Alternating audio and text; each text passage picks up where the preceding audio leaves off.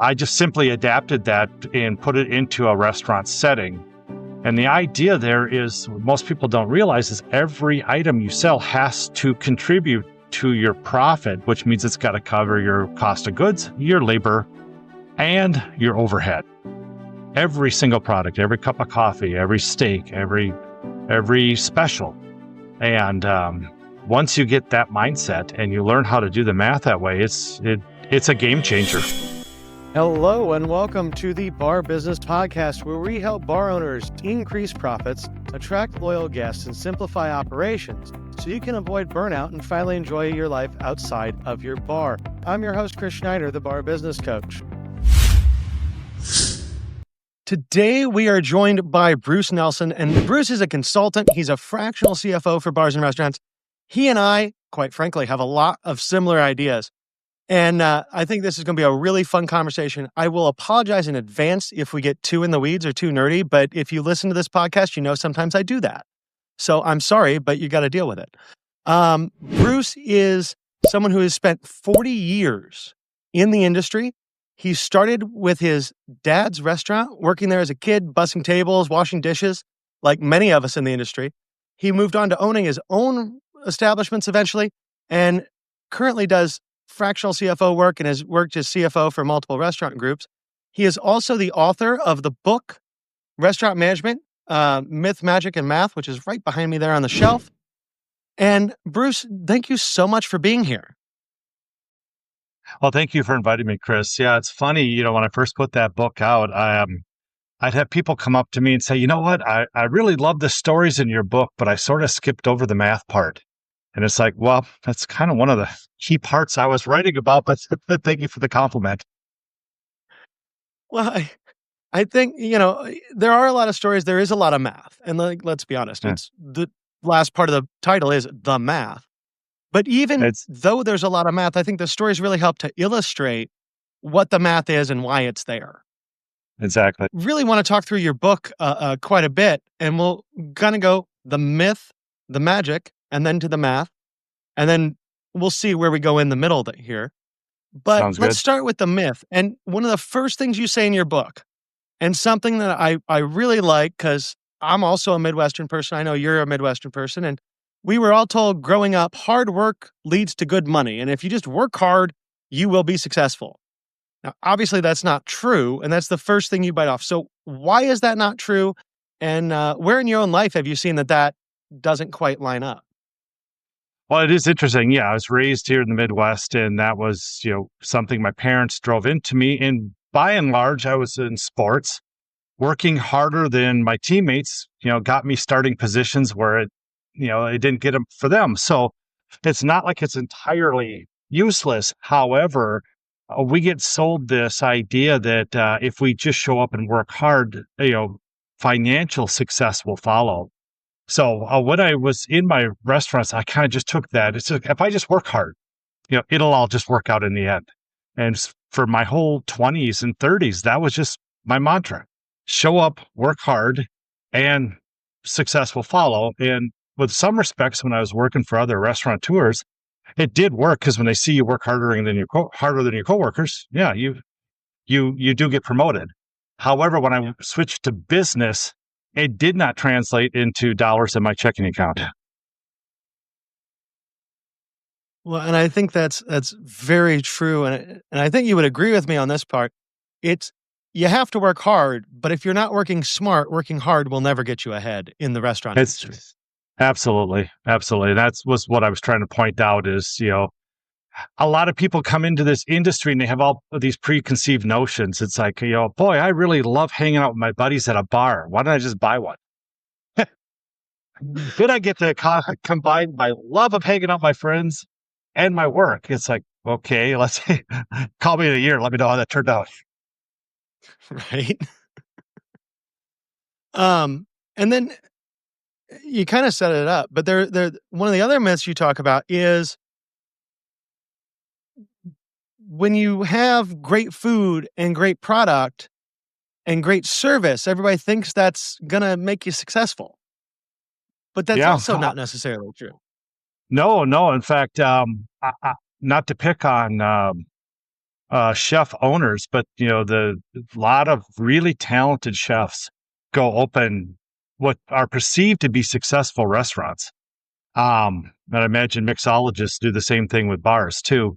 And just the fact that you have a line out the door or a full reservation list, it will not necessarily transition into a bottom line profit, especially if you don't have anybody that's really helping you understand the economics of what you're creating. So yes, absolutely. And another myth I want to touch on that you hit in the book, and I'm just going to read this quote from the book. Hmm. People who dream of serving good food and drink and being hospitable to complete strangers are not primarily driven by greed.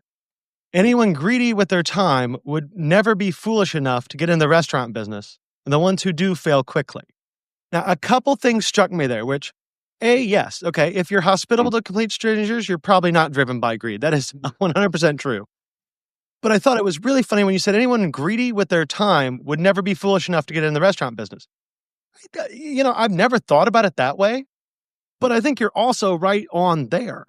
So, Right. how do you see kind of the hospitality versus greediness versus how this whole industry works and the mindset of owners? Well, it just occurred to me as I've been, was raised in this business, even as a kid, I was spending my summers working and making money in my father's restaurant, and all my friends playing baseball, swimming, whatever kids do in the summertime. Um, so I learned early on, it's like, okay, if I'm going to be in this business, I'm not going to get to slack off, I guess. Like my friends, you and I both know how many nights and weekends have we poured into our craft. I missed a lot of holidays because of this business. So my point is, you know, people that really cherish their time would it'd be silly to get in this business. And I have run into them. I have actually, interviewed people that say, "Oh, I love the restaurant industry. Please, let me come work for you. Here's my restrictions. I can't work Friday nights. I can't work Saturday, and I go to church on Sunday." It's like, well, you just took out the 3 days I need you.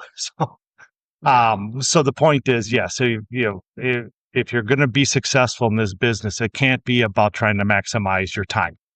All of us know we put a lot of time into this industry. My goal is to help you learn how to leverage that time into being more successful and spending less time grinding your wheels. And with this whole myth section and kind of the three pieces we talked through, one of the things that I absolutely love about your book is you kind of build at the end of the first section about the myths into discussing basically the importance of mindset. And Hmm. that is something near and dear to my heart. It's something I've always maintained that if you don't have the right mindset, everything else is irrelevant. And I don't know that I've ever seen someone else make that exact same opening argument.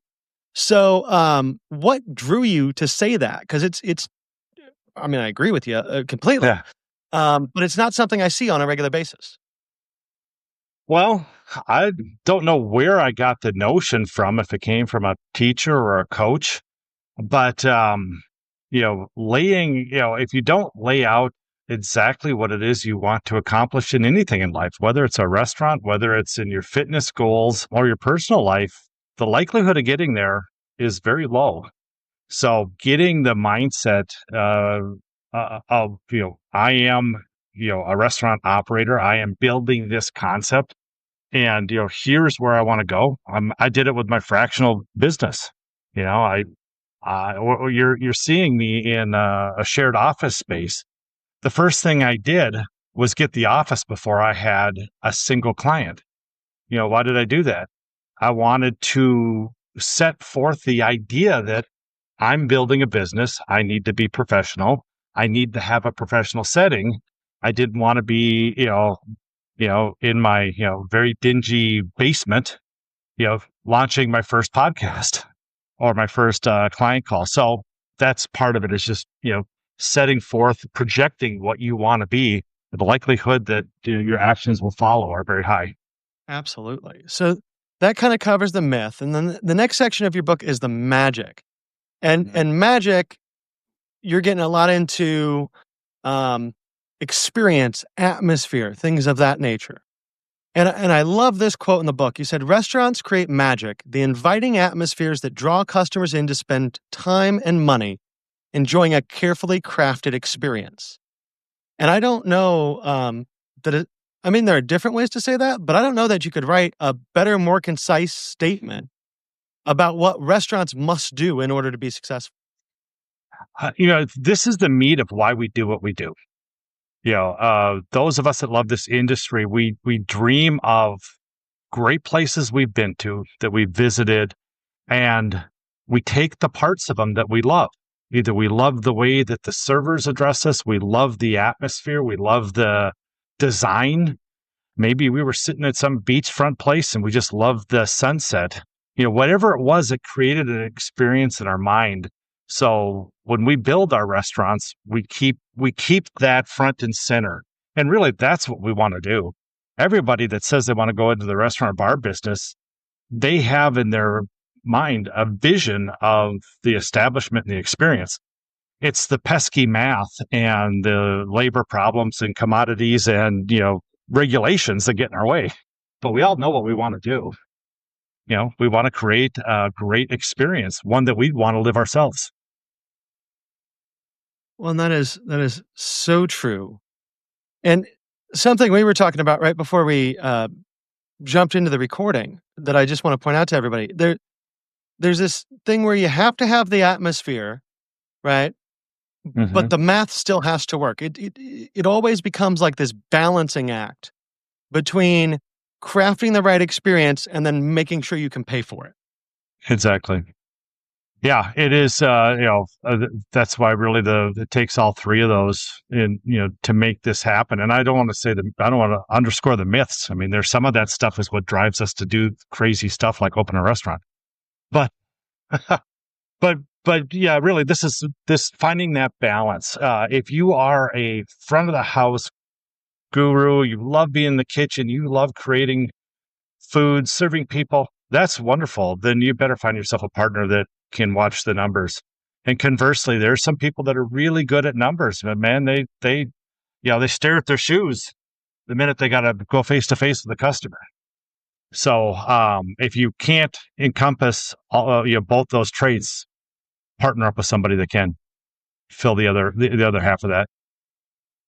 And one thing that you talked quite a bit about in your book was a restaurant you had owned called Portofino, Yeah, which you got into, if I'm not mistaken, in 2000, which was probably for food service. I think 2000, 2004 was probably one of the roughest times we've had in recent yeah, history. yeah. Um, I and think I opened up 4 months before 9/11. So when 9/11 came into play there. So those of us that were yeah, back then was a crazy time, especially since this restaurant was in a resort town, and that shut down a lot of travel. but the thing is, even given that, if I think about what you had walking into that restaurant, you Hmm. had skills, you had experience, you had a family that had been in the industry. Like, I was thinking from a consulting standpoint, as I was reading your book, I'm like, okay, I would have always said this guy is probably going to win, Yeah. but you So did the bankers. didn't. Well, I know, right?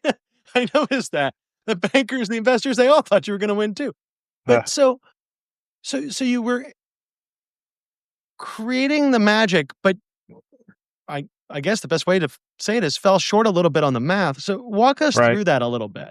Sure. Yeah, that was really the impetus of the book because at the time I opened Portofino, I'd been in the business maybe 20 years. After graduating from college, I was working in the Minneapolis, St. Paul area for several large, very successful restaurants on the operations side. So I was privy to the financial statements, the KPIs, the metrics that these guys were using for success. I knew how to write menus. I knew how to order food. I know how to hire people, how to train. I knew how to set up all this stuff. So yeah, on paper, um, it looked like, at how old was I? Maybe then mid 30s, mid to late 30s. It was just going to be hitting it out of the park with this restaurant. So what I didn't know is I took all this experience I had and I just duplicated it. I emulated it.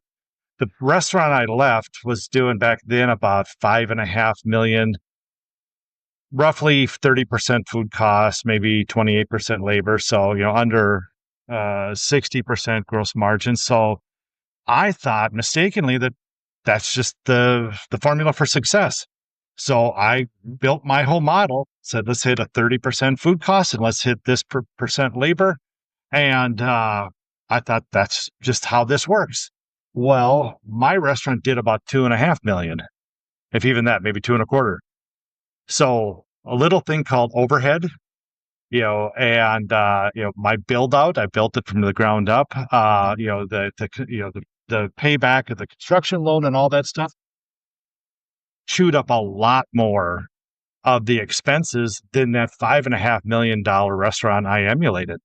So that was the rude awakening because, after being open, it's like, okay, I'm hitting these numbers. I'm hitting those percentages.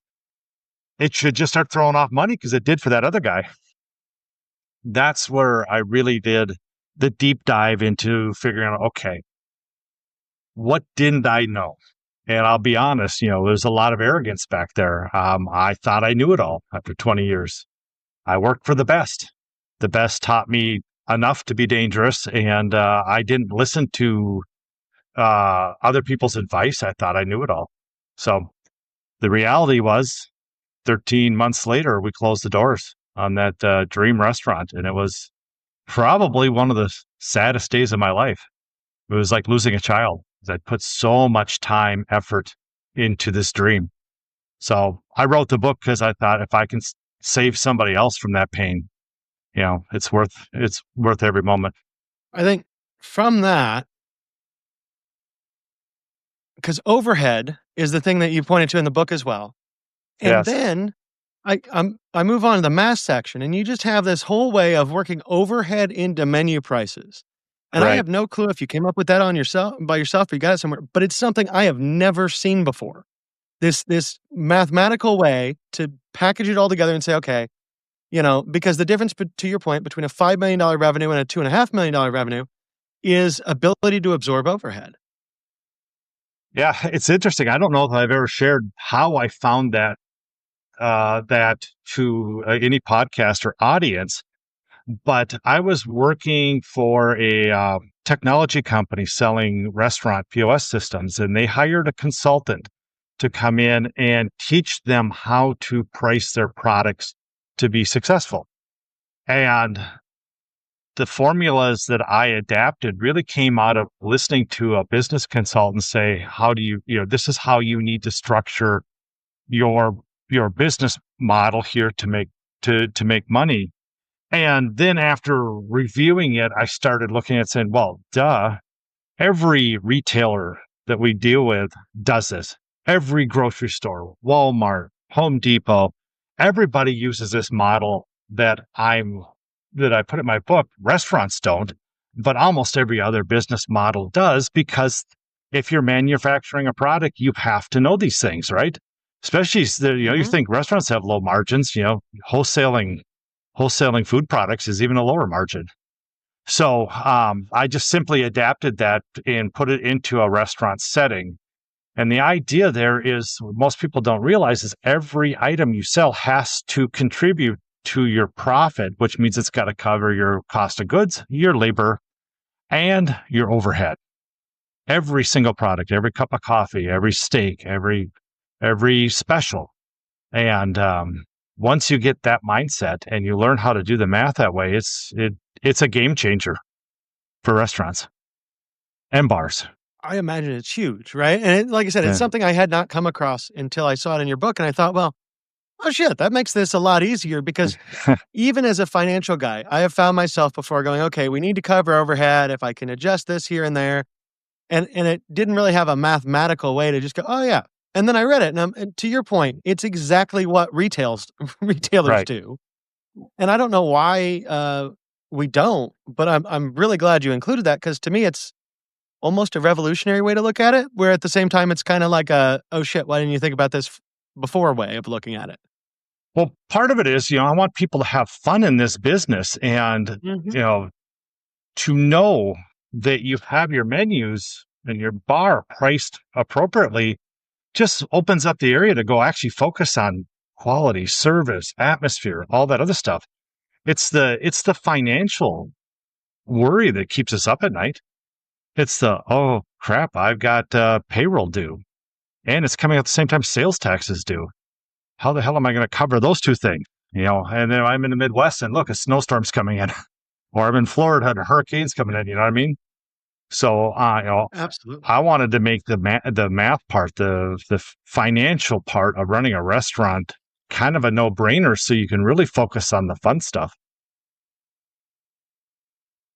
Well, and I think that's wonderful because I know personally from working on the financial side that, a lot of times people need to talk to us, but they don't like to talk to us, right? Because we are Yeah. definitely not the fun side.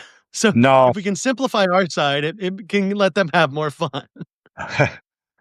Exactly. I would just say, nobody really, you know, comes asking me for help that's, been knocking it out of the park. If you've Right. if you've got everything dialed in, however you've done it, and believe me, I've seen some of the most weird ways people set up their finances and how they come up with menu pricing strategies. Sometimes I look and go, man, you're just plain lucky that your Yeah. sales and your pricing model happen to coincide with the part on XY axis that creates profit, because $1 million less, that model doesn't work. $1 million Right. more, you may be pricing yourself out of the market for this particular brand. So I think some of it is luck. Some of it is if you're emulating other people that are playing in your space, it's not necessarily a bad thing. If you're a quick serve and you're serving barbecue, and the barbecue guy down the street has roughly the same footprint and the same menu, you probably would do okay saying, well, I'm going to set my prices roughly the same and I'm going to try to beat him because I'm better than him. Same thing with bars. I mean, I think a lot of people get caught in the fear factor of, oh my God, if the guy down the street is selling a martini for $8, if I have to raise mine to 9, they're not going to come drink here. I think that fear is wrong.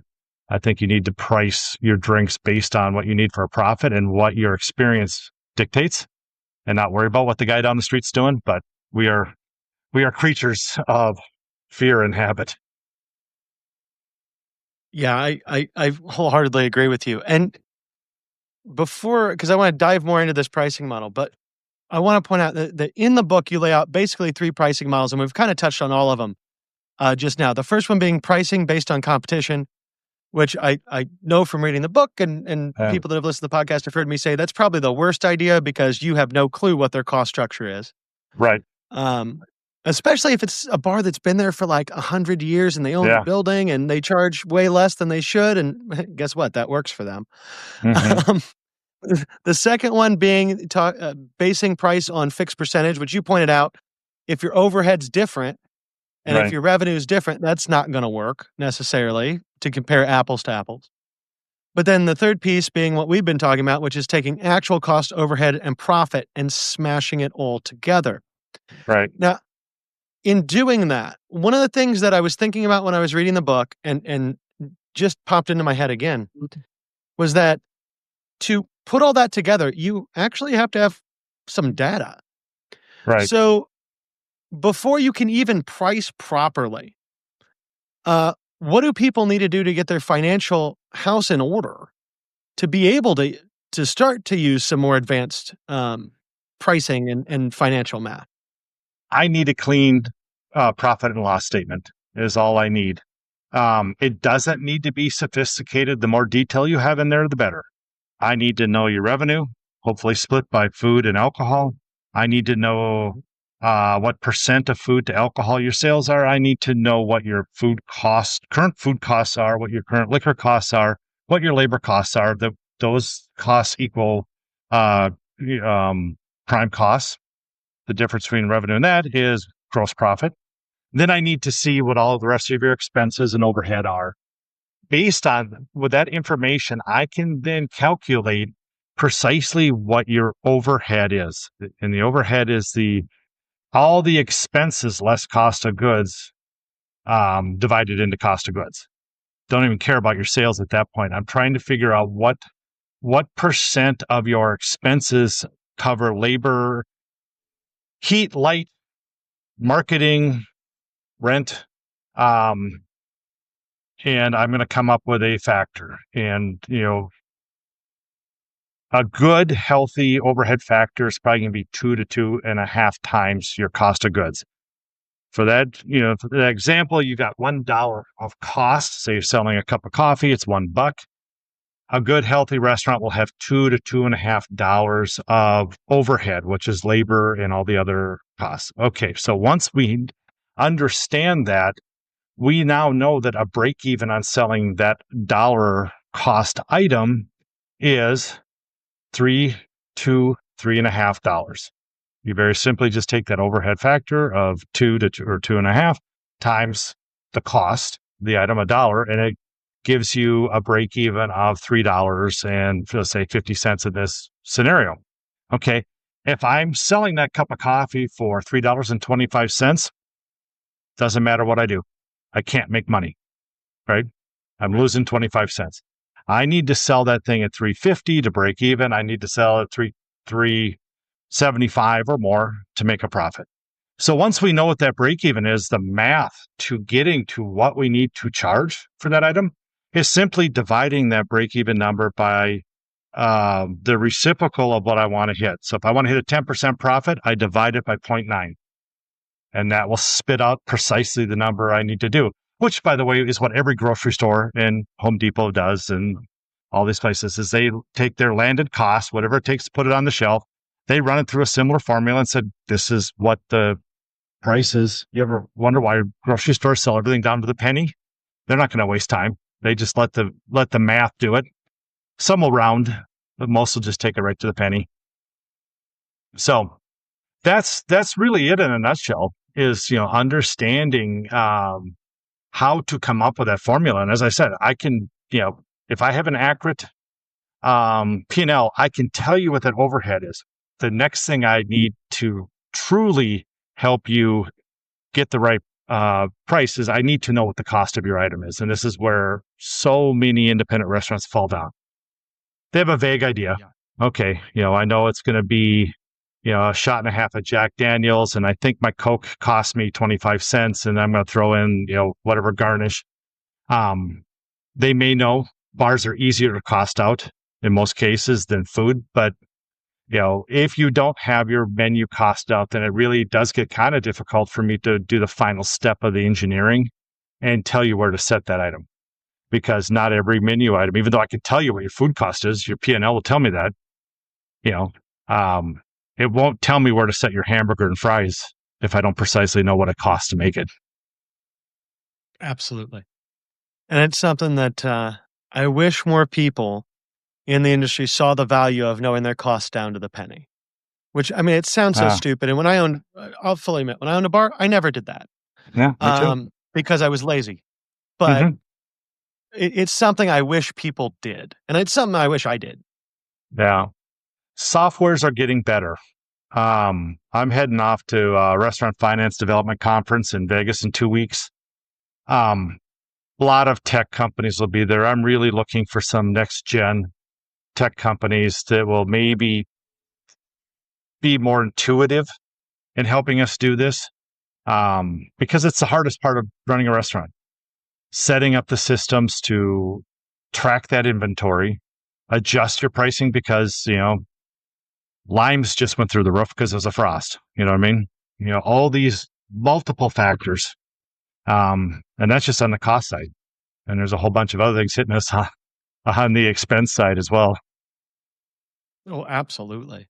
And something I want to point out about your book, before I forget, talking about P&Ls and charts of accounts and stuff like that, in the back of the book is a fantastic example of a restaurant P&L that I will just say it's one of my favorites that I've ever seen. Thank you. Because there aren't many out there that are very good, and that one's detailed. It definitely, if you followed that, you'd have all the information you could possibly want to analyze. Yep. It's interesting. I do a lot of work for other restaurants, and I pretty much take whatever they have, they give me, and I put it into that format. Because when I get it into that format, I have templates built so I can analyze it very fast, but it also puts it into a perspective where I can really understand what I consider the core pieces of information. Um, with the technology, we're getting better at analytics and making some store decisions based on analytical output. Maybe we'll get to the point where our profit and loss statements don't need to be as complicated. But over time, we've let our profit and loss statements get very detailed because that's where we needed to have uh, those key data points so we can make decisions. Mm. You know, most of the people I'm working with, they have even their cost of goods foods is broken down into up to 10 categories.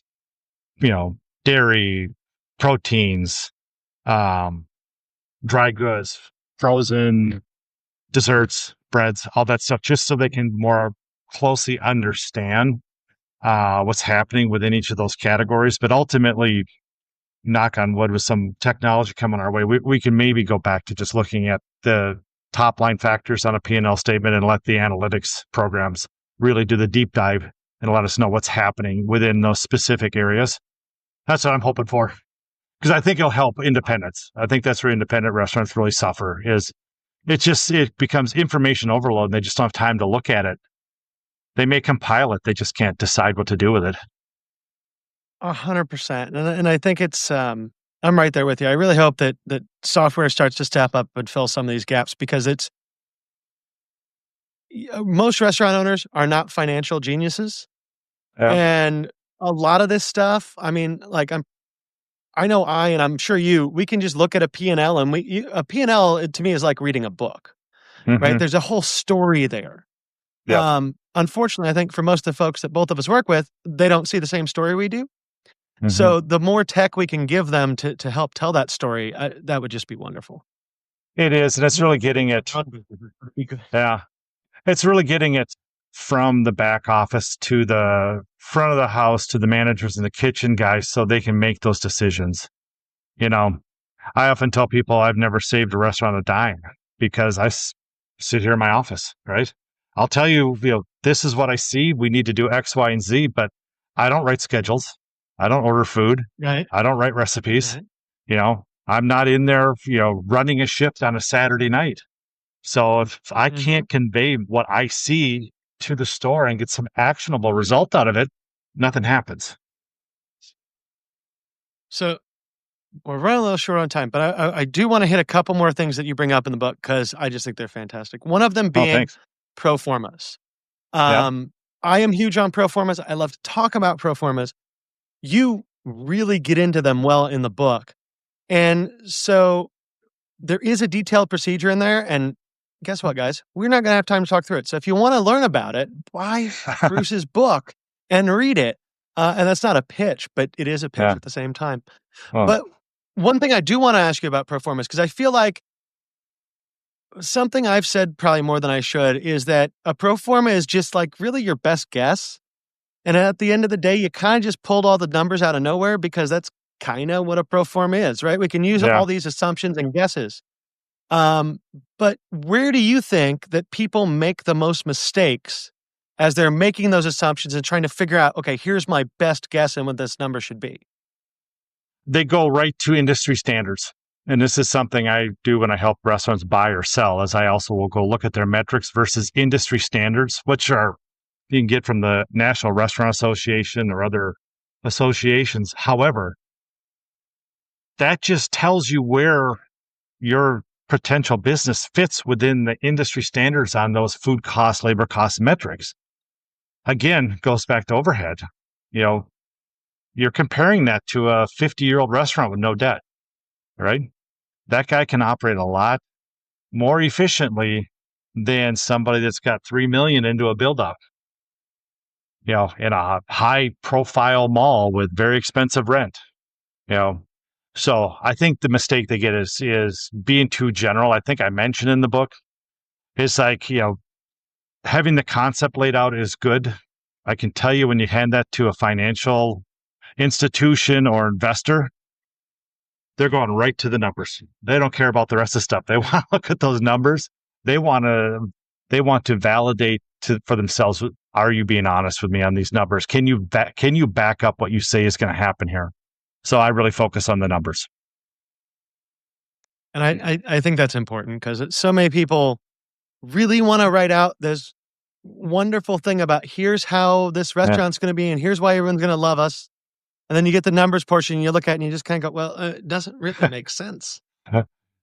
Yeah, they write a pro forma like they write their menu. They want to, make each description as light and fluffy as possible. And when it comes right down to it, I don't care if it's Newski bacon. I just want to know there's bacon on there. I just want to know the numbers work. I don't really care how pretty they look. Oh, that is so true. One last question for you, because this is something you mentioned at the end of the book, and it is something for the folks that have listened to this podcast a lot, they have heard me try to beat into their heads over and over and over again. But why does cash flow matter more than profit? That's what we fill our bank account with.